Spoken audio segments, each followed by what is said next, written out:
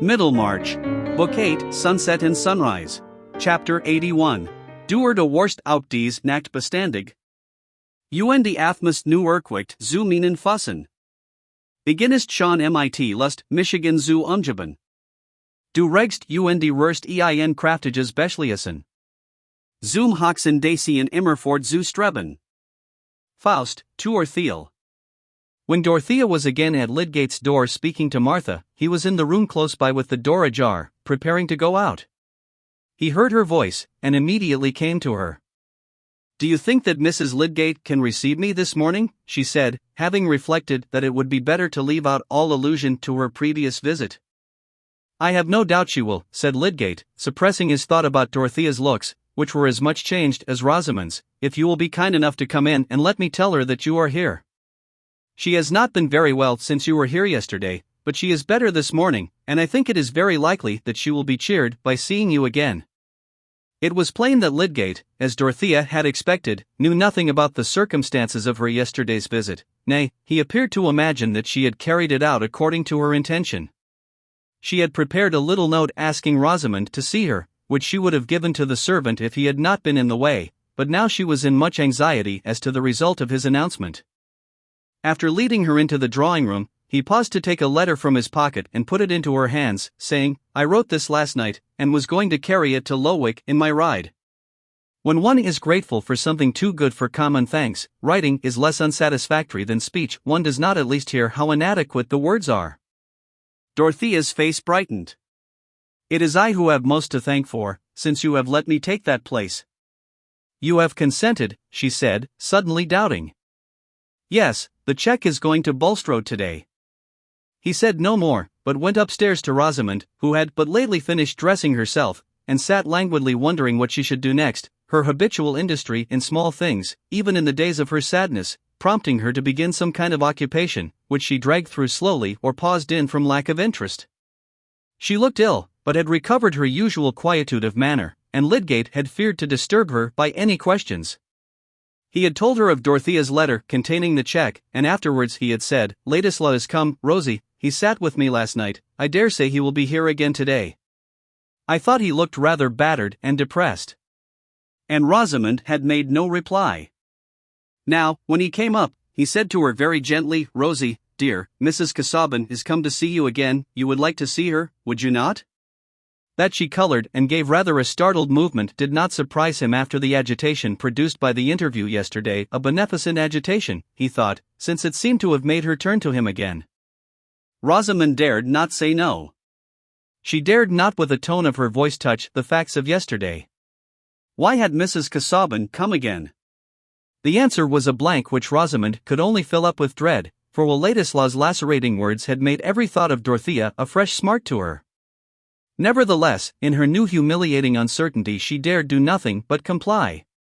She did not say yes, but she rose and let Lydgate put a light shawl over her shoulders, while he said, "I am going out immediately." Then something crossed her mind which prompted her to say, "Pray tell Martha not to bring anyone else into the drawing-room." And Lydgate assented, thinking that he fully understood this wish. He led her down to the drawing-room door, and then turned away, observing to himself that he was rather a blundering husband to be dependent for his wife's trust in him on the influence of another woman. Rosamond, wrapping her soft shawl around her as she walked towards Dorothea, was inwardly wrapping her soul in cold reserve. Had Mrs. Casaubon come to say anything to her about Will? If so, it was a liberty that Rosamond resented, and she prepared herself to meet every word with polite impassibility. Will had bruised her pride too sorely for her to feel any compunction towards him, and Dorothea, her own injury seemed much the greater. Dorothea was not only the preferred woman, but had also a formidable advantage in being Lydgate's benefactor, and to poor Rosamond's pained confused vision it seemed that this Mrs. Casaubon, this woman who predominated in all things concerning her, must have come now with the sense of having the advantage, and with animosity prompting her to use it. Indeed, not Rosamond only, but anyone else, knowing the outer facts of the case, and not the simple inspiration on which Dorothea acted, might well have wondered why she came. Looking like the lovely ghost of herself, her graceful slimness wrapped in her soft white shawl, the rounded infantine mouth and cheek inevitably suggesting mildness and innocence, Rosamond paused at 3 yards' distance from her visitor and bowed. But Dorothea, who had taken off her gloves, from an impulse which she could never resist when she wanted a sense of freedom, came forward, and with her face full of a sad yet sweet openness, put out her hand. Rosamond could not avoid meeting her glance, could not avoid putting her small hand into Dorothea's, which clasped it with gentle motherliness, and immediately a doubt of her own prepossessions began to stir within her.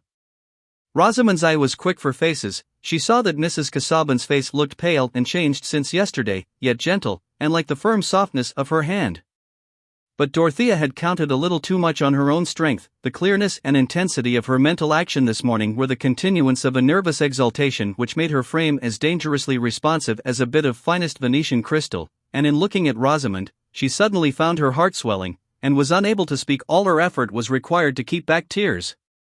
She succeeded in that, and the emotion only passed over her face like the spirit of a sob, but it added to Rosamond's impression that Mrs. Casaubon's state of mind must be something quite different from what she had imagined.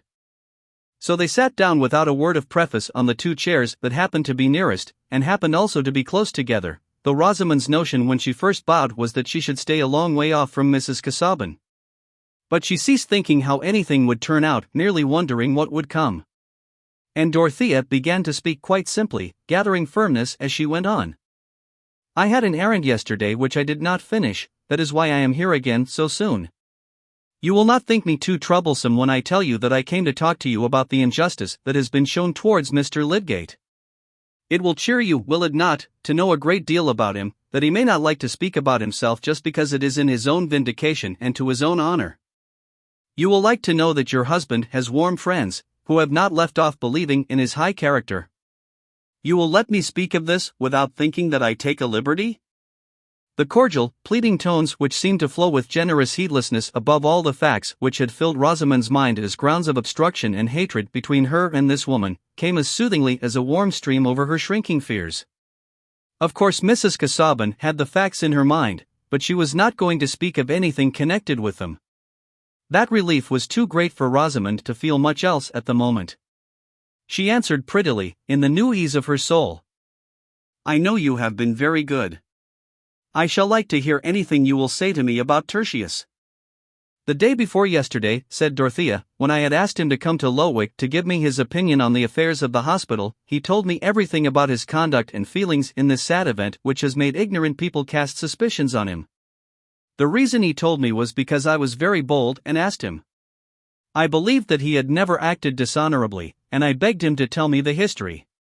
He confessed to me that he had never told it before, not even to you, because he had a great dislike to say, 'I was not wrong,' as if that were proof, when there are guilty people who will say so. The truth is, he knew nothing of this man Raffles, or that there were any bad secrets about him, and he thought that Mr. Bulstrode offered him the money because he repented, out of kindness, of having refused it before. All his anxiety about his patient was to treat him rightly, and he was a little uncomfortable that the case did not end as he had expected, but he thought then and still thinks that there may have been no wrong in it on anyone's part. And I have told Mr. Fairbrother, and Mr. Brooke, and Sir James Chettam, they all believe in your husband. That will cheer you, will it not? That will give you courage?" Dorothea's face had become animated, and as it beamed on Rosamond very close to her, she felt something like bashful timidity before a superior, in the presence of this self-forgetful ardor. She said, with blushing embarrassment, "Thank you, you are very kind." And he felt that he had been so wrong not to pour out everything about this to you. "But you will forgive him. It was because he feels so much more about your happiness than anything else, he feels his life bound into one with yours, and it hurts him more than anything, that his misfortunes must hurt you. He could speak to me because I am an indifferent person. And then I asked him if I might come to see you, because I felt so much for his trouble and yours. That is why I came yesterday, and why I am come today. Trouble is so hard to bear, is it not? How can we live and think that anyone has trouble, piercing trouble, and we could help them, and never try?" Dorothea, completely swayed by the feeling that she was uttering, forgot everything but that she was speaking from out the heart of her own trial to Rosamond's. The emotion had wrought itself more and more into her utterance, till the tones might have gone to one's very marrow, like a low cry from some suffering creature in the darkness. And she had unconsciously laid her hand again on the little hand that she had pressed before. Rosamond, with an overmastering pang, as if a wound within her had been probed, burst into hysterical crying as she had done the day before when she clung to her husband. Poor Dorothea was feeling a great wave of her own sorrow returning over her, her thought being drawn to the possible share that Ladislaw might have in Rosamond's mental tumult. She was beginning to fear that she should not be able to suppress herself enough to the end of this meeting, and while her hand was still resting on Rosamond's lap, though the hand underneath it was withdrawn, she was struggling against her own rising sobs. She tried to master herself with the thought that this might be a turning point in 3 lives, not in her own. No, there the irrevocable had happened, but in those 3 lives which were touching hers with the solemn neighborhood of danger and distress. The fragile creature who was crying close to her, there might still be time to rescue her from the misery of false incompatible bonds, and this moment was unlike any other. She and Rosamond could never be together again with the same thrilling consciousness of yesterday within them both. She felt the relation between them to be peculiar enough to give her a peculiar influence, though she had no conception that the way in which her own feelings were involved was fully known to Mrs. Lydgate.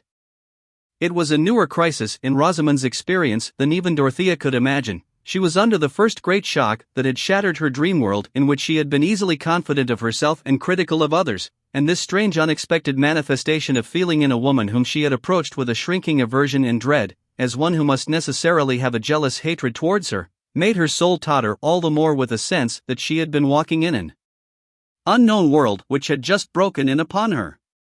When Rosamond's convulsed throat was subsiding into calm, and she withdrew the handkerchief with which she had been hiding her face, her eyes met Dorothea's as helplessly as if they had been blue flowers. What was the use of thinking about behavior after this crying? And Dorothea looked almost as childish, with the neglected trace of a silent tear. Pride was broken down between these two. "We were talking about your husband," Dorothea said, with some timidity.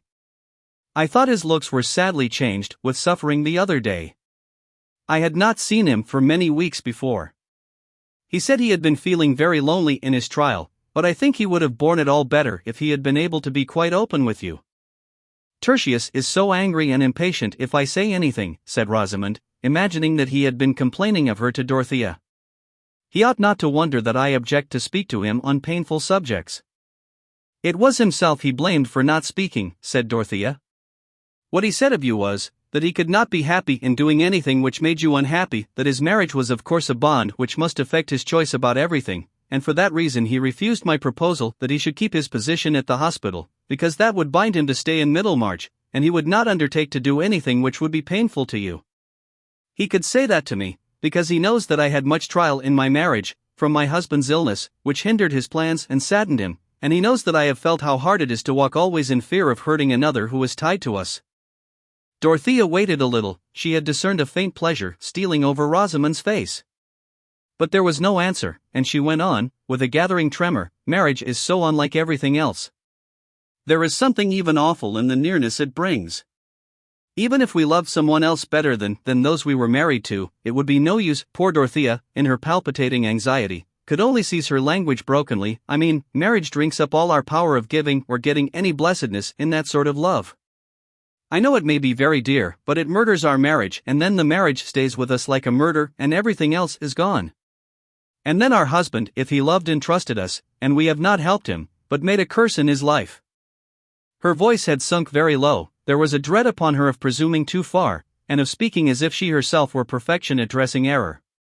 She was too much preoccupied with her own anxiety to be aware that Rosamond was trembling too, and filled with the need to express pitying fellowship rather than rebuke, she put her hands on Rosamond's, and said with more agitated rapidity, I know that the feeling may be very dear, it has taken hold of us unawares, it is so hard, it may seem like death to part with it, and we are weak, I am weak." The waves of her own sorrow, from out of which she was struggling to save another, rushed over Dorothea with conquering force. She stopped in speechless agitation, not crying, but feeling as if she were being inwardly grappled.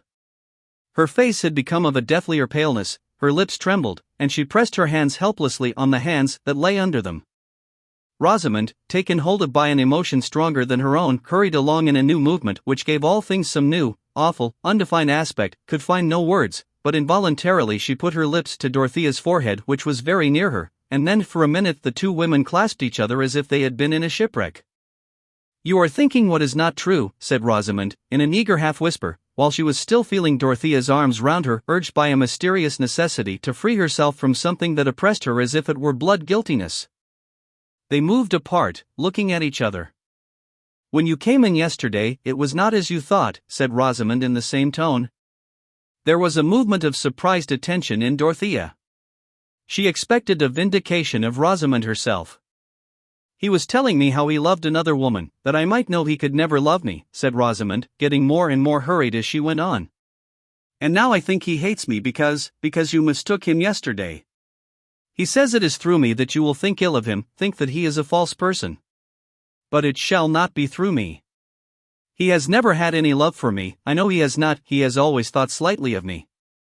He said yesterday that no other woman existed for him beside you. The blame of what happened is entirely mine. He said he could never explain to you, because of me. He said you could never think well of him again. But now I have told you, and he cannot reproach me any more. Rosamond had delivered her soul under impulses which she had not known before. She had begun her confession under the subduing influence of Dorothea's emotion, and as she went on she had gathered the sense that she was repelling Will's reproaches, which were still like a knife wound within her. The revulsion of feeling in Dorothea was too strong to be called joy. It was a tumult in which the terrible strain of the night and morning made a resistant pain. She could only perceive that this would be joy when she had recovered her power of feeling it. Her immediate consciousness was one of immense sympathy without check. She cared for Rosamond without struggle now, and responded earnestly to her last words. No, he cannot reproach you any more. With her usual tendency to overestimate the good in others, she felt a great outgoing of her heart towards Rosamond, for the generous effort which had redeemed her from suffering, not counting that the effort was a reflex of her own energy. After they had been silent a little, she said, You are not sorry that I came this morning? No, you have been very good to me, said Rosamond. I did not think that you would be so good. I was very unhappy. I am not happy now. Everything is so sad. But better days will come. Your husband will be rightly valued. And he depends on you for comfort. He loves you best. The worst loss would be to lose that, and you have not lost it, said Dorothea. She tried to thrust away the too overpowering thought of her own relief, lest she should fail to win some sign that Rosamond's affection was yearning back towards her husband. Tertius did not find fault with me, then, said Rosamond, understanding now that Lydgate might have said anything to Mrs. Casaubon, and that she certainly was different from other women. Perhaps there was a faint taste of jealousy in the question. A smile began to play over Dorothea's face as she said, No, indeed. How could you imagine it? But here the door opened, and Lydgate entered. I am come back in my quality of doctor, he said. After I went away, I was haunted by two pale faces. Mrs. Casaubon looked as much in need of care as you, Rosie. And I thought that I had not done my duty in leaving you together, so when I had been to Coleman's I came home again. I noticed that you were walking, Mrs. Casaubon, and the sky has changed. I think we may have rain. May I send someone to order your carriage to come for you? Oh, no. I am strong, I need the walk, said Dorothea, rising with animation in her face. Mrs. Lydgate and I have chatted a great deal, and it is time for me to go. I have always been accused of being immoderate and saying too much. She put out her hand to Rosamond, and they said an earnest, quiet goodbye without kiss or other show of effusion. There had been between them too much serious emotion for them to use the signs of it superficially. As Lydgate took her to the door she said nothing of Rosamond, but told him of Mr. Fairbrother and the other friends who had listened with belief to his story. When he came back to Rosamond, she had already thrown herself on the sofa, in resigned fatigue. Well, Rosie, he said, standing over her, and touching her hair, what do you think of Mrs. Casaubon now you have seen so much of her? I think she must be better than anyone, said Rosamond, and she is very beautiful. If you go to talk to her so often, you will be more discontented with me than ever. Lydgate laughed at the so often. But has she made you any less discontented with me? I think she has, said Rosamond, looking up in his face. How heavy your eyes are, Tertius, and do push your hair back. He lifted up his large white hand to obey her, and felt thankful for this little mark of interest in him. Poor Rosamond's vagrant fancy had come back terribly scourged, meek enough to nestle under the old despised shelter. And the shelter was still there. Lydgate had accepted his narrowed lot with sad resignation. He had chosen this fragile creature, and had taken the burthen of her life upon his arms. He must walk as he could, carrying that burthen pitifully.